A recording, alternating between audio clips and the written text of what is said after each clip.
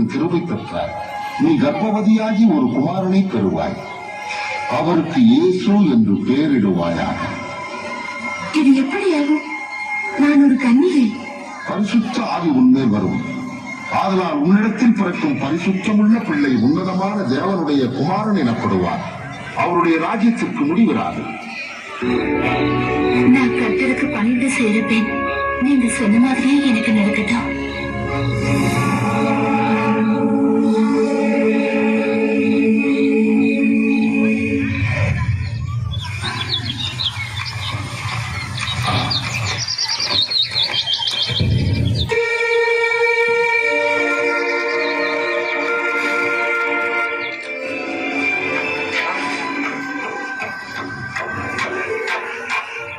வேலையெல்லாம் நிறைய இருக்கு, என்ன பண்றதுன்னு தெரியலையே.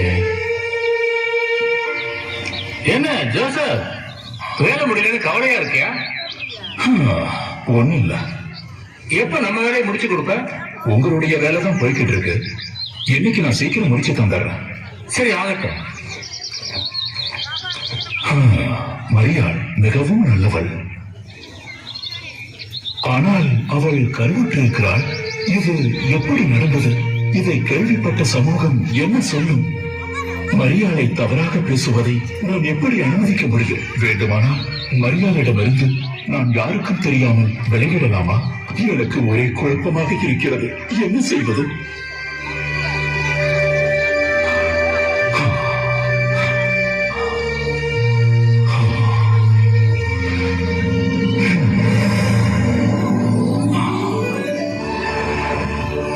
தாவீதின் மகனாகிய யோசேப்பே, மரியாளை உனது மனைவியாக ஏற்றுக்கொள்ள தயங்காதே. அவள் கருவில் இருக்கும் குழந்தை பரிசுத்த ஆவியானவரால் உண்டானது. அவள் ஒரு மகனை பெற்றெடுப்பாள். அக்குழந்தைக்கு இயேசு என்று பெயரிடு. அவர் தன் மக்களின் பாவங்களை நீக்கி ரட்சிப்பார். இவையெல்லாம் தீர்க்கதரிசியின் மூலமாக தேவன் சொன்னவைகளின் நிறைவேறுதலுக்காக நடந்தன. தீர்க்கதரிசி சொன்னது இதுவே: கன்னிப்பெண் ஒரு மகனை பெற்றெடுப்பார். அவருக்கு இமானுவேல் என்று பெயரிடுவார்கள்.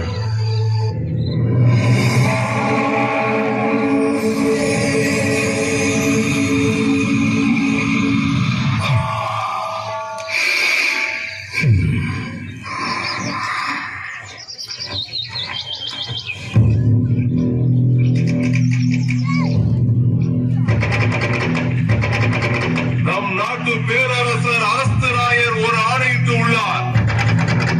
நம் நாட்டு மக்கள் அனைவரும் அவர்களின் சொந்த ஊருக்கு சென்று பெயர் முகவரியை தகுந்த அதிகாரிகளிடம் பதிவு செய்ய வேண்டும். இதுதான் நம் நாட்டின் முதல் கணக்கெடுப்பு. அதனால் அனைவரும் இதை கட்டாயமாக பதிவு செய்ய வேண்டும். இது அரசரின் கட்டளை. இது அரசரின் கட்டளை. இது அரசரின் கட்டளை. நமது சீசரின் அறிக்கையை பற்றி கேள்விப்பட்டாயா? அதை பற்றி எனக்கு எதுவும் தெரியாது. என்ன அறிக்கை? எல்லோரையும் தங்கள் சொந்த ஊருக்கு சென்று பெயர்களை பதிவு செய்யுமாறு கூறுகிறார். ஊருக்கு சென்று பெயர் முகவரியை தகுந்த அதிகாரிகளிடம் பதிவு செய்ய வேண்டும். இதுதான் நம் நாட்டின் முதல் கணக்கெடுப்பு. அதனால் அனைவரும் இதை கட்டாயமாக பதிவு செய்ய வேண்டும். சரி, நாமும் சென்று நமது பெயர்களை பதிவு செய்வோம்.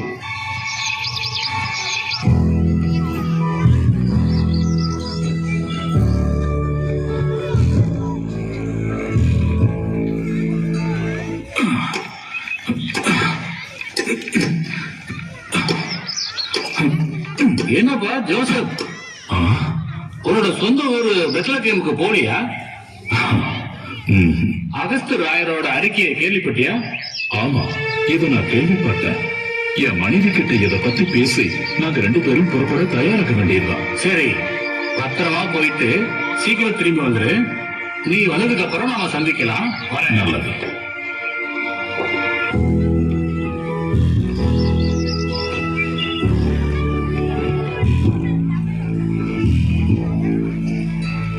நாம எப்படி ஊருக்கு புறப்படுறது? நீ கவலைப்படாத மரியா, உன்னை நான் பத்திரமா கூட்டிட்டு போறேன். நம்ம பேரை என்னைக்கே பதிவு செஞ்சாகணும். அதனால நம்ம இங்க இருந்து உடனடியா போயாகணும் மரியா. நாம நேரத்தை கடத்த வேண்டாம். கிளம்புறதுக்கான ஏற்பாடுகளை செய். சரி.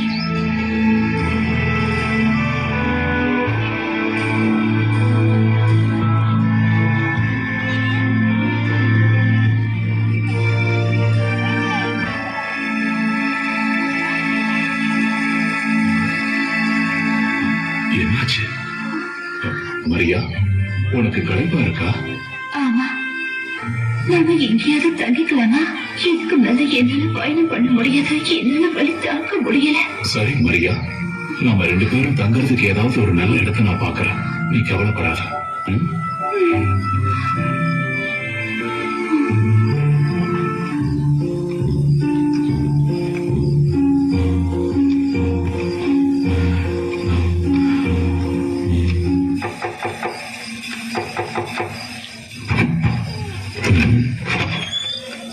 உங்களுக்கு என்ன வேண்டும்? தங்கறதுக்கு ஒரு இடம் கிடைக்குமா? என்ன மன்னிச்சிடுங்க, இங்க எந்த அறையும் காலியா இல்ல. நீங்க வேற ஒரு நல்ல இடமா பாத்துக்கோங்க.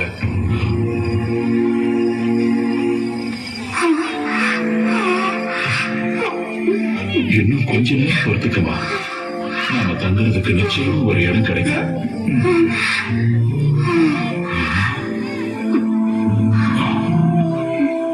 சீக்கிரம் தங்கறதுக்கு ஒரு இடம் பாருங்க. இதுக்கு மேல என்னால வலியை தாங்கிக்க முடியாது.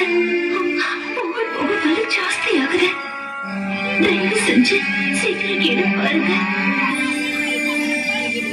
ஓ, அங்க பாரு, ஒரு மாட்டு கொட்டகை. தற்சமயம் நம்ம தங்குறதுக்கு நல்ல இடமாவும் பாதுகாப்பாவும் இருக்குன்னு நினைக்கிறேன். வாங்க, நாம போய் அங்க தங்கலாம்.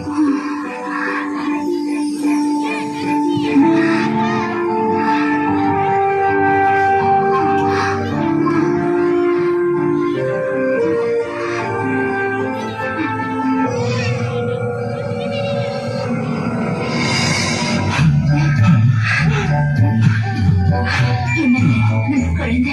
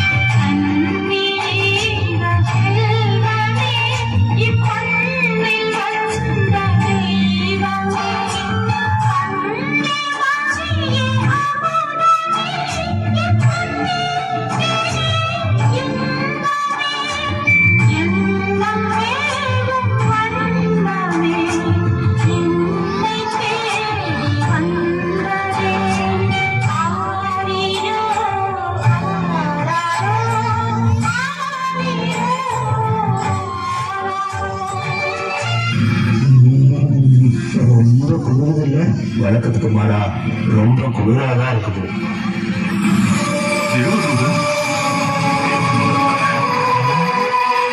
தேவதூதன், பயப்படாதிருங்கள், உங்களுக்கு சந்தோஷமான நற்செய்தியை கூறப்போகிறேன்.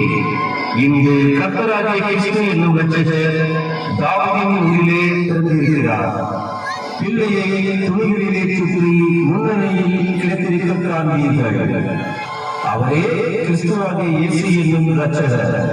அவர் பெத்லகேம் என்னும் ஊரில் மாட்டுத்தொழுவத்தில் பிறந்துள்ளார். இதுவே நீங்கள் அறிந்து கொள்வதற்கான அடையாளம்.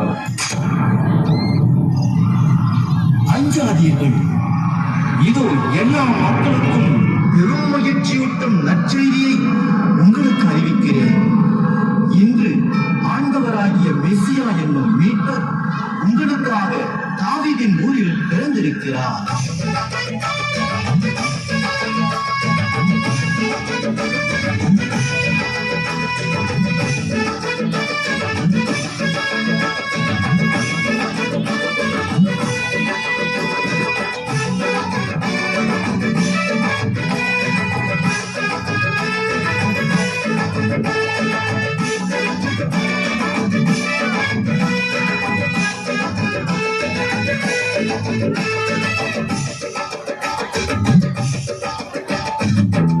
நடு சாமத்தில் கொட்டும் பனி வேளையில் ஆண்டவரின் சம்மதச பார்த்தாங்க, இடையில் பார்த்தாங்க.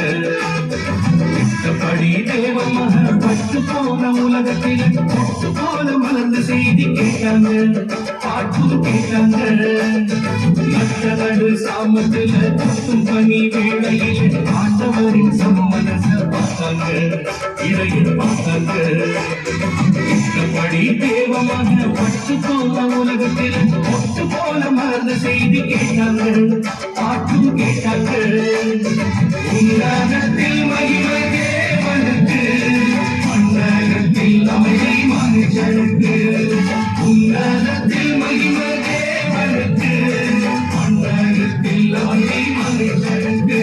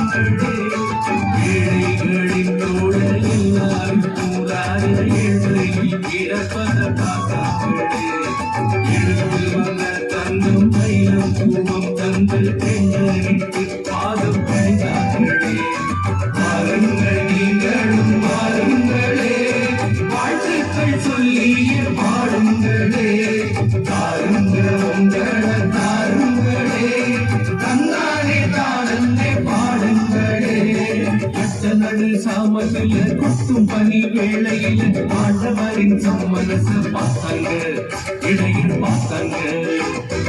இஷ்டப்படி தேவன் மகன் பட்டு போன உலகத்தில் கொட்டு போல மறந்த செய்தி கேட்டாங்க, பாட்டும் கேட்டாங்க.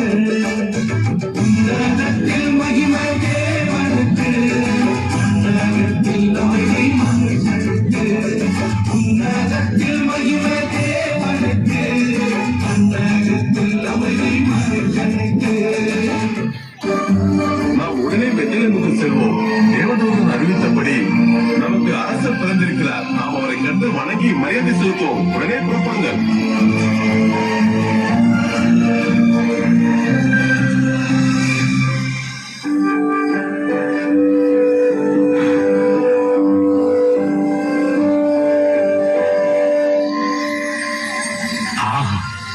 வானில் வால் நட்சத்திரம் தோன்றியுள்ளதே. என்னாச்சு? இவர் ஏன் வானத்தை பார்த்துட்டு இருக்காரு? ஆமா, அற்புதம். நம் முன்னோர்கள் சொன்னபடி ஒரு அரசன் தோன்றியுள்ளான். நாம் இப்பொழுது புறப்பட்டாக வேண்டும். புதிதாக பிறந்த அரசரை தரிசிப்போம். ஆமா, நாம அரசனை சென்று தரிசிப்போம். புதிதாக பிறந்த அரசருக்கு மரியாதை செலுத்த பொன் தூப வர்க்கம் வாசனை திரவியங்களை எடுத்துச் செல்வோம்.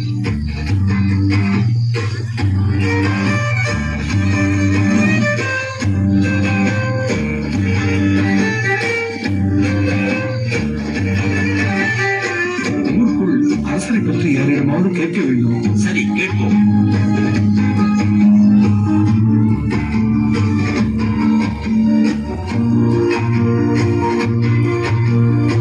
புதிதாக பிறந்த யூதர்களின் அரசரான குழந்தை எங்கு பிறந்துள்ளது?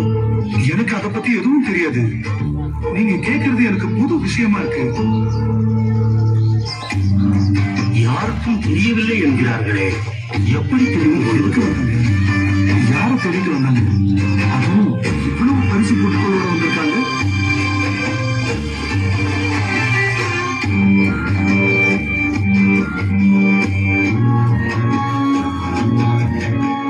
காஸ்பர், அங்கு பாருங்கள், அரண்மனை தெரிகிறது. அங்கு போய் விசாரிப்போம். அதுவும் சரிதான்.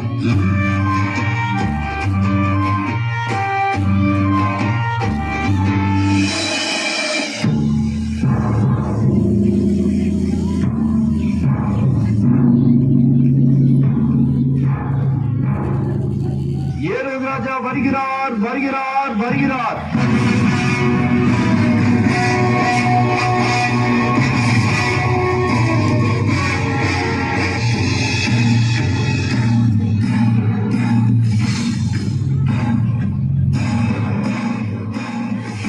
வணங்குகிறேன் பேரரசே. அயல் தேசத்திலிருந்து 3 பேர் வந்திருக்கிறார்கள். அரசரை பார்க்க வேண்டும் என்று கூறினார்கள். அதனால் தங்களிடம் அழைத்து வந்துள்ளேன்.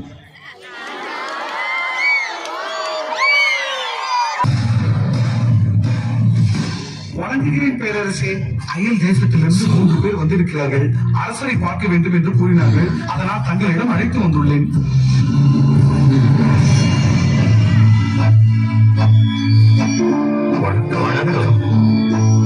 வாருங்கள் யாத்ரிகர்களே, உங்கள் வரவு நல்வரவாகுக. நீங்கள் எங்கள் நாட்டிற்கு வந்த நோக்கம்? புதிதாக யூதர்களின் அரசர் எங்கு பிறந்திருக்கிறார்? வால் நட்சத்திரத்தின் வழிகாட்டுதலின்படி பிறந்த அரசரை தரிசிக்க வந்துள்ளோம். அரண்மனையில் இன்று ஓய்வெடுங்கள். இதை பற்றி நாம் நாளை பேசலாம். நன்றி, வருகிறோம்.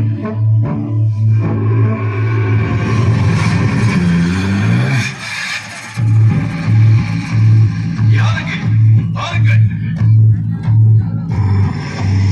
நீ உடனே சென்று தலைமை ஆசாரியரையும் வேத பாரகரையும் அழைத்து வா. உத்தரவு.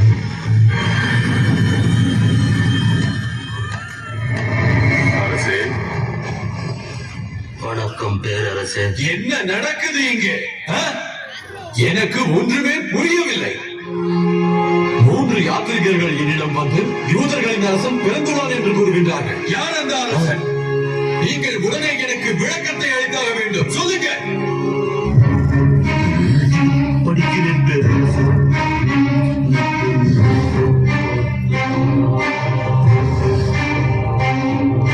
நீங்கள் என்னுடைய பொறுமையை மிகவும் சோதிக்கின்றீர்கள். சொல்லுங்கள் சீக்கிரம். அந்த அரசன் எங்கே பிறந்துள்ளான்? யூதயாவில் உள்ள பெத்லஹேமில் பிறப்பார். இது எப்படி சாத்தியமாக முடியும்?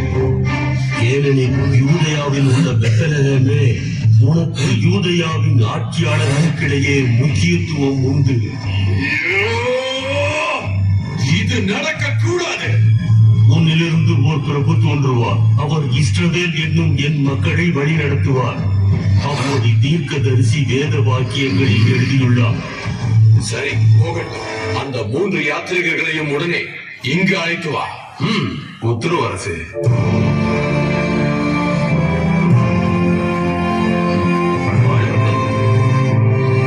வாருங்கள், வாருங்கள். மீண்டும் உங்களை சந்திப்பதில் மகிழ்ச்சி. மன்னியுங்கள், உங்களை வெகு நேரம் காக்க வைத்து விட்டேன். பரவாயில்லை பேரரசே. அரசர் பிறந்த காலத்தை நீங்கள் எப்படி தெரிந்து கொண்டீர்?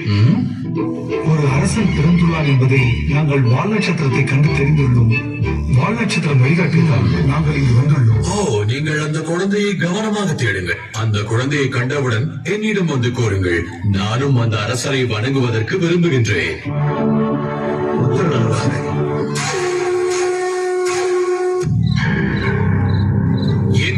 உச்சமாகிவிட்டது. நான் விடமாட்டேன். என்னை மிஞ்சிய இன்னொரு அரசர் என் நாட்டு மக்களை ஆழ்வதா?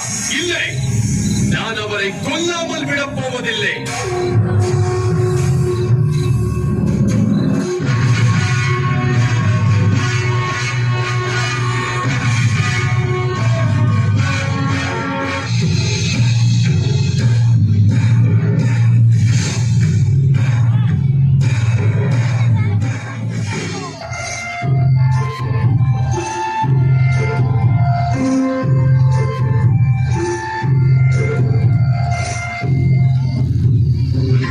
அதோ வால் நட்சத்திரம் திரும்பவும் தோன்றியுள்ளது. ஆமாம், அதே வால் நட்சத்திரம் தான். அது வேறு திசையை காட்டுகின்றது. அதன்படி பின்தொடர்வோம்.